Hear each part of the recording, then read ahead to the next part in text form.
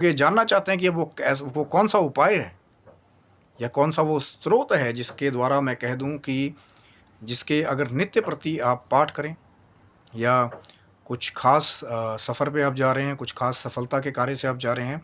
उसका पाठ करें, तो फिर वो जो कहीं न कहीं वो जो गुप्त ऊर्जा है माँ भगवती के स्वरूप की, आपको वो शक्ति प्रदान करते हैं, वो रक्षण आपको प्रदान करती है जिससे सभी भयों का नाश हो जाता है। कोई भी भय हो,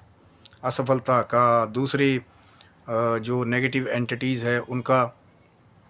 या नेगेटिव लोगों का कहीं न कहीं या कहीं कोई तंत्र बाधाओं का आपको डर हो, खौफ हो,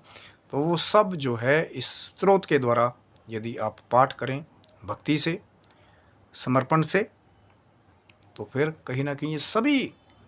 भय का ऐसा नाश कर देता है क्योंकि इस पाठ के अंदर वो दिव्य ऊर्जा जो कहीं न कहीं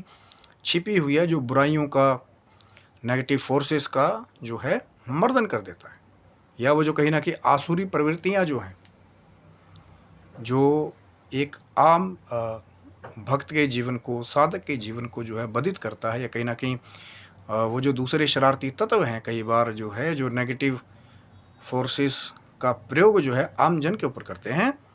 तो फिर कहीं न कहीं उनसे बचाव के लिए वो माँ भगवती का दिव्य स्रोत कहीं न कहीं आज मैं आपको दे रहा हूँ। लेकिन फिर वही बात है कि सबसे ज़्यादा फल आपको तब मिलेगा, पहले उसको जान लीजिए कि वो स्रोत को दिया किसने, फिर उसका पाठ करेंगे विधि के साथ, कहीं न कहीं नियमित अपनी दिनचर्या में उसको शामिल करेंगे, तो फिर तो बेखौफ होकर के फिर कहीं न कहीं आप जो है अपने जीवन की सफलता के पथ के ऊपर अग्रसर होते रहेंगे क्योंकि इस पाठ का काम ही कहीं न कहीं वो जो बुराइयों का मर्दन करना है, जो वो जो बुराइयाँ आपके मार्ग में आ रही हैं, बाधाएँ आपकी सफलताओं के आगे पहुँचा रही है, आपके परिवार का अहित कर रही हैं, आपका अहित कर रही हैं कहीं न कहीं,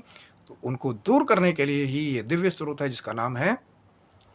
श्री महिषासुरमर्दिनी स्तोत्रम। बहुत सारे लोगों ने सुना होगा, अये गिरिनंदिनी। अगर स्वर के साथ लगा करके पाठ किया जाए फिर तो कहने ही क्या, क्योंकि जैसा मैंने कहा कि वो जो दिव्य संस्कृत के जो श्लोक हैं, जो मंत्र हैं, कहीं न कहीं उनके अंदर वो भगवती की दिव्य ऊर्जा छिपी हुई है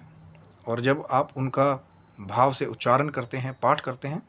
तो फिर वही ऊर्जाएँ आपके आस-पास एक सुरक्षा चक्र बना लेती है, जो कहीं न कहीं वो जो नकारात्मक ऊर्जाएँ हैं, उससे आपकी रक्षा करती हैं। और फिर वो जो मंत्रों के अंदर शक्ति है, आपके अंदर वो आंतरिक ऊर्जा पैदा करती है कि कहीं न कहीं बुराइयों के ऊपर फ़तेह पाने की